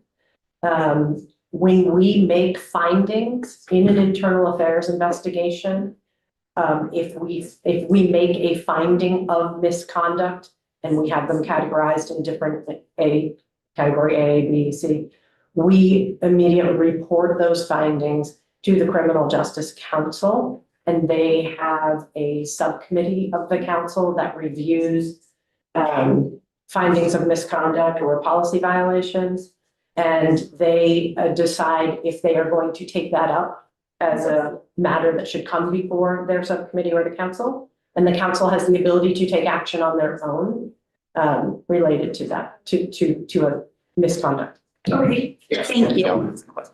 Yeah, I apologize because I'm going to actually ask a question that would better be directed to the council, but they're not here and you seem to have a fairly adept understanding of how it works. Members of the public can also make complaints to the council, correct? Yes, I believe that to be true. Okay. It historically has been true. Okay, and does that process intersect at all? I'm trying to understand how the communication and how the processes sort of intersect. And you may not know. I mean, Commissioner in order Benedict. to- go ahead, Sean. Thank you, Commissioner. Senator, so we did have members of the public file complaints with the Criminal Justice Council, and in turn, the director sends us written notification of that report, and with a request that when the investigation inquiry is done into these specific complaints, that the reports are shared with the director of the police academy, and then how that's reviewed by the director and then referred or not referred to the subcommittee of the Vermont Criminal Justice Council, I am unaware of. Thank you. I recognize the right expert wasn't in the room, but I was just hoping to get some clarity. So thank you. Representative Arsenal?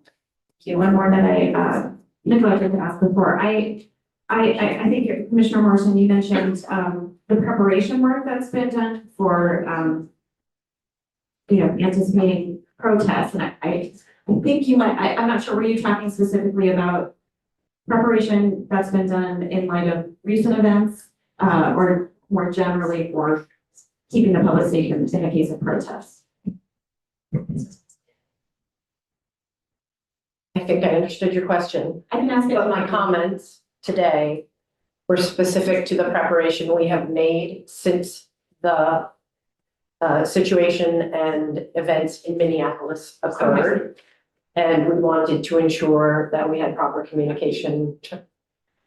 We had hoped to have proper communication with federal officials. And at that time, we also had ongoing conversations, which do happen in the normal course of policing every year or so. We talk about our crowd control techniques and the teams train up, and Vermont's home to many protests. So this isn't completely foreign territory, but the specific remarks I made were about what we perceived could happen in Vermont in the wake of events in New York. Okay, thank you for that clarification. And I'm wondering if I think that framing is really important, how we frame situation, I think framing is important. And I'm wondering if in those conversations, in those preparations, how or if you're able to take into account the high likelihood of violent interactions between protesters and federal agents, and what your planning is for you talked about keeping separation, I think was the word, right, between protesters and federal agents. I wonder if you can say a little bit more about separation, and it was getting to the question earlier about intervention. I just would love to have a little more clarity on the plan, because we know what we know and how unfortunate it is that we're having to make such preparations. But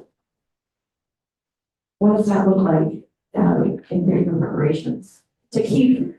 I'm asking again. I said framing, so I'm wondering when we think about keeping Vermonters safe from federal law enforcement, what does that look like? And law enforcement safe from protesters who choose to resort to violence. So Yes. it's a both and. Absolutely, but I'm bringing up framing. Sure. So if the assumption is that protesters are going to be assaulting officers, and I understand you have to plan for multiple eventualities, but I'm specifically wondering about the, again, very unfortunate, and I can't even believe I have to say it, a likelihood that federal agents will be aggressive towards Vermonters. What is the plan for keeping Vermonters safe from those federal agents as best you can? We executed the plan. The plan was to keep them separated, and that has been the plan all along. There's a great Norman Schwarzkopf quote about you can have the best laid plan until somebody climbs out of the orchestra pit and chases you around with a bayonet, right? I think that generally speaking, the plan to separate protesters from the agents who were on a mission, clearly, was executed. And that was the plan all along, was to provide for separation so that everybody could do their job. Protesters could do their job, agents could do their job. I can't speak about the events on March 11th, but I can speak from experience of being one of the people who is in a job where you have to separate or move people. And these are very coordinated, choreographed moves to move crowds of people by a small number of police officers. And it does get messy at times. There's no way around it. It is a messy business, crowd control. I've been there. I've supervised it. So we executed the plan, which was to keep them separate. And if there's more to the question, please help me. I guess, and perhaps, well, I might be overly optimistic here and even idealistic, but I'm imagining how things might go.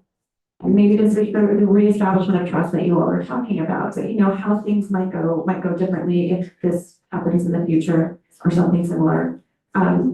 If the protesters and the folks who are there exercising their First Amendment rights feel confident that our local law enforcement's first objective is to keep them safe.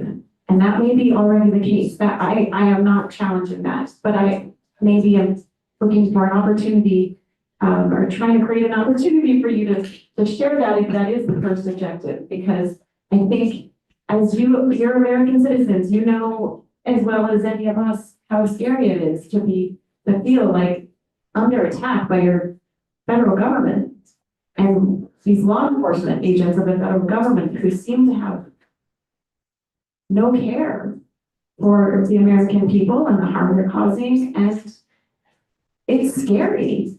And how lucky are we to have folks who sign up to protect those rights? People in law enforcement are there to do that. And that's a really wonderful thing.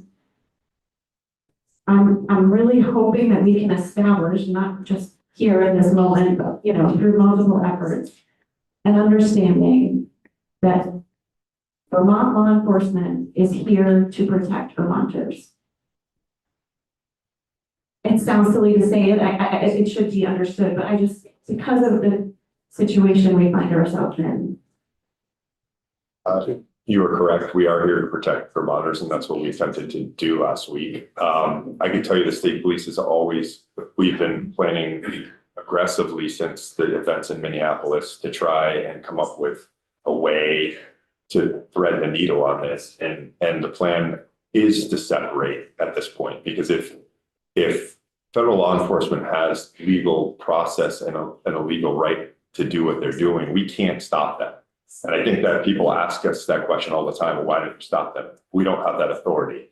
So I think given the volatile nature of both sides of this, for us, the plan is to separate protesters and federal authorities. And the area in which we have to disagree is either in a courtroom or in Congress or in this building. It can't be on the street because violently, I mean.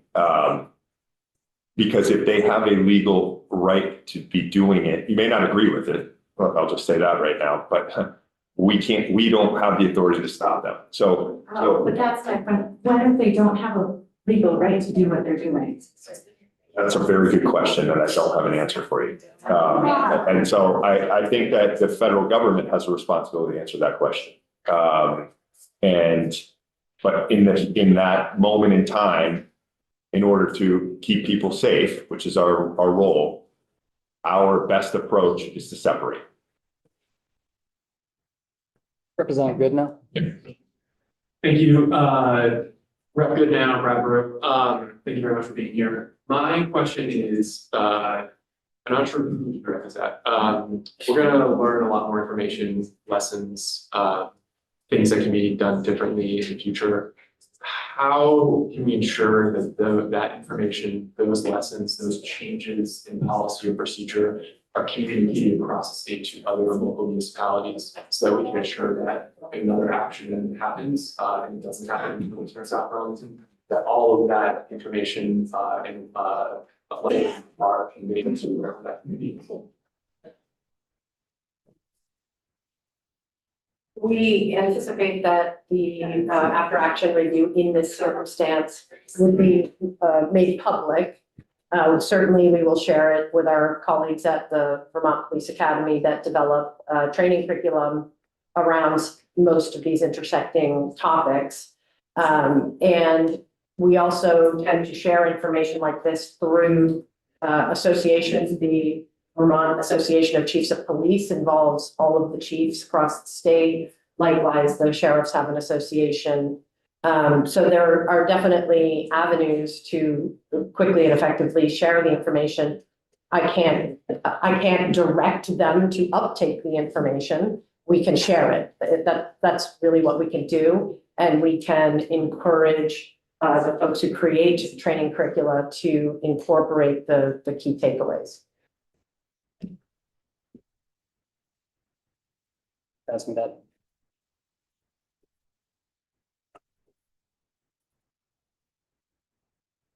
I think I have one more question. I suppose it's more technical here. This is going back to something we had discussed earlier regarding masks. There had been a reference to the balaclavas, the masks that were covering most of people's faces, and then there was also reference to the biohazards as well. And that caused me to think about the transparent face shields that you generally see crowd control wearing. And I had seen photos of law enforcement with the balaclavas, but also the transparent face shields that were up rather than down. And so can you describe the discrepancy there and why weren't the transparent face shields used instead? Those are good questions, Senator, and they'll all be reviewed as part of this after action review. And we're already looking at alternative ways to protect our people from biological or chemical exposure that may not be a face mask. So that's going to be part of the review because I have the same questions. So we're trying to figure that out as part of the review, and I don't have a clear answer for you right now. Okay, thank you. Representative Harvey, Senator Hosty, and then that may bring us to time here. That's not it.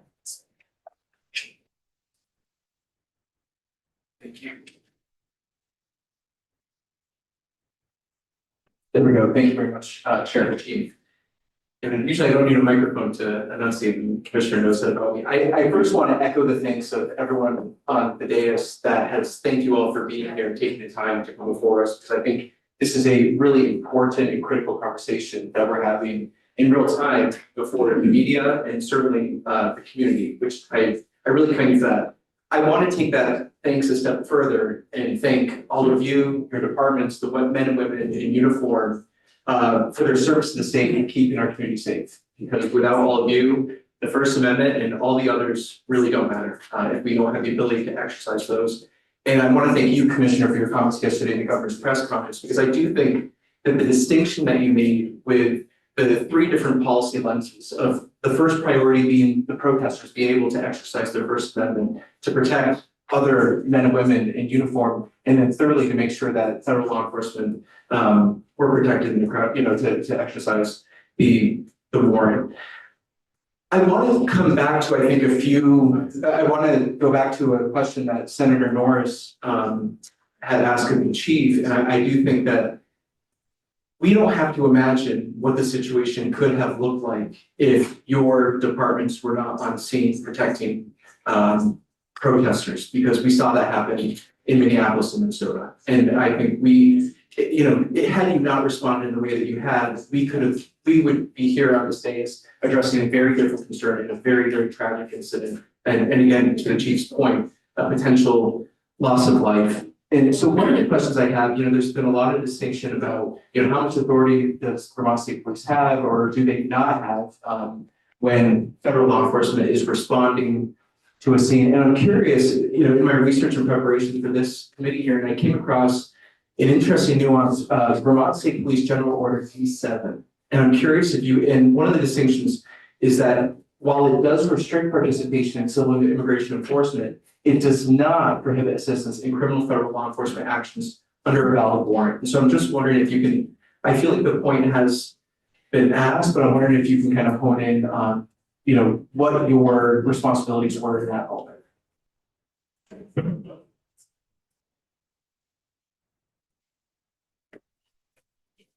So there was nothing preventing us from assisting with the execution of a criminal federal warrant.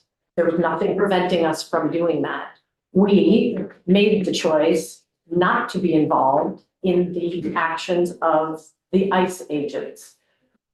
We chose instead to exercise our public caretaking function of protecting the public because this was going down with or without us. And I don't know how to make that any more clear. And I would ask some of you who think that there were other alternatives to say, in our position, then what? You have now a binary choice to either send your highly trained crowd control team or not. And we could have participated in the federal warrant. That would have been acceptable under the state law and under policy. We chose not to. And we do not concern ourselves with issues around immigration. So as someone who has spent her entire adult life in this space, it's a little frustrating to not hear some of the areas of let's collaborate on this because we're pretty collaborating. We're good collaborators, I think is what I meant to say. And as I said, going back into yesteryear, I saw Will Lambeck sitting here earlier. He and I worked together long ago and far away, trying to come to a place where an FIP policy meets the real life needs of Vermonters of all types. So somehow that kind of let's collaborate, let's do what's all best for Vermonters without casting blame. Someone apparently had to be the villain in this story. And we really want to leave here today with the sense that we have told you what we knew at the time. We've told you what we know today. We know we will know more in the days to come. We are committed to circling back to our federal partners. We are open to collaborating with any group that spearheads protests to talk about doing it safer in the future. In my day in Burlington, that's exactly what we did. We talked with the leaders of protest groups to determine what their course was, what was their goal. Did they want to be arrested? And we facilitated that. So I think we need to come back to our Vermont roots a little bit. Everyone, all the actors involved in this situation. Thank you, Commissioner. And that really says the point that I was hoping to make is that this was a very deliberate choice that you, the department, the South Burlington Police Department made. And I do want to kind of hone in and double click on one very specific point. And it's to be clear, is it your collective assessment that had you not provided the separation, ICE is going to do this themselves and their tactics very likely could have been even more reckless than what we've seen. And I think that maybe this is to Chief Bro, if you want to opine any further on that one. No, yeah, I think it's crystal clear to me what potentially could have happened. It would have most likely happened had we not been there and our partners not been there. Thank you. And one last question, if the chair will indulge me. It's my understanding that the individual who's subject of the judicial arrest warrant, Mr. Sanchez, obviously was not apprehended by Immigration and Customs Enforcement. And if this individual is still in the state, and I realize that that is in the clear jurisdiction of the federal immigration enforcement officers, your preparedness and the likelihood of an additional incident happening or further law enforcement activity on behalf of ICE to apprehend this individual, if they're even still in the state of Vermont. I mean, that remains to be seen. I'm curious if you can talk about what planning has gone into, the anticipation of maybe it's an event related to this, maybe something entirely different. And I know that the after action and the reports are still coming out and you're going to be making determinations based on those. But if you can just, talk to the group about that, maybe. Yeah, I mean, so like I said, we've been since Minneapolis, we've really taken a hard look at our critical action team has rarely, if ever, been deployed for actual engagement with protesters, which is a good thing. I'm proud of that for the state. So we're learning rapidly. We're on a exponential learning curve right now to try and understand what we're going to do the next time. You know, our primary objective, as it was here, is to keep everybody safe. I mean, but it's not that easy, as we've explained to you today. We will be making adjustments every day to try and improve our response, to ensure that we do it responsibly and safely within the law. You know, and a lot of that will come out in the after action review and things that we've already done. Thank you, Carol. So I guess in closing, what I'm hearing is Representative that. Harvey, I'm really sorry. We are at time. We have Representative Christie on the Zoom. Sure. You can keep it to like 1 second. This is 1 second, and it's not a question. What I'm hearing is that you've prepared, you've communicated, you responded, and you protect your community. I just want to say thank you. Representative Christie is on the Zoom. He hasn't had a chance to say anything yet, and I want to make sure that he has that opportunity, and then we'll be wrapping up because we're at 11:01 right now. So, Coach, Representative Christie, are you here? He's still on the Zoom? Representative Christie? Yes, can you hear me? Yes. Senator and Mr. Chair, thank you very much for bringing this together. I just want to make one statement about our response as noted so far by South Burlington, and the state police and the leadership. Having been involved in the FIP process for a number of years from the legislative perspective, the response of our law enforcement, all 70 entities around the state, you know, has been exemplary. And for that, I'm really proud. And I heard a statement that gives me a lot of hope when I got a call from my daughter in tears, a brown Vermonter asking her dad to get a copy of her birth certificate out of fear. And to hear the commissioner, the colonel, and our two chiefs clearly state that their primary role and mission is to protect all of our Vermonters gives me a lot of hope, you know, in this process. So I just wanted to share that and share my gratitude to them for their continued service, you know, in this very difficult time. And you notice the emphasis on difficult. So I just wanted to say thank you, and we'll continue our work as this moves forward. Thank you, Senator. Thank you, Representative Christie. Good closing comments. So, and thank you to our witnesses. Thank you to the public for this well-attended meeting, and thank you to both committees for your good questions and for being